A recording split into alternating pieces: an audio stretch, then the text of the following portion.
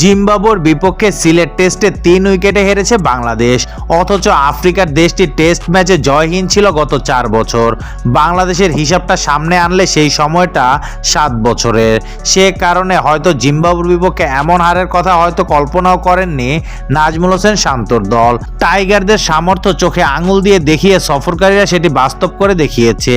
বুধবার শেষ বিকেলে সিলেট টেস্ট হার দিয়ে সিরিজ শুরু করার পর বাংলাদেশের অধিনায়ক শান্ত বলেন, অবশ্যই হতাশাজনক। পুরো ম্যাচটা যদি আমি বিশ্লেষণ করি তাহলে আমরা খুব একটা ভালো ক্রিকেট খেলিনি এবং যার কারণে আমরা ম্যাচটি হেরেছি। জিম্বাবুয়ের বিপক্ষে হারে বেশি কষ্ট কিনা এমন প্রশ্নের জবাবে শান্ত বলেন, বেশি কষ্ট বলবো না, যে কোনো ম্যাচ হারলেই খারাপ লাগে। আমাদের সামর্থ্য অনুযায়ী আমরা খেলতে পারিনি, আমি এটি বিশ্বাস করি। আমার মনে হয় এর চেয়ে ভালো ক্রিকেট খেলার মতো দল আমরা, এজন্য হতাশ। অনেক বেশি খারাপ লাগছে এই ম্যাচ হেরে, জিনিসটা এইরকম না। ম্যাচ হারলে সাধারণত যেরকম খারাপ লাগে সেরকমই লাগছে।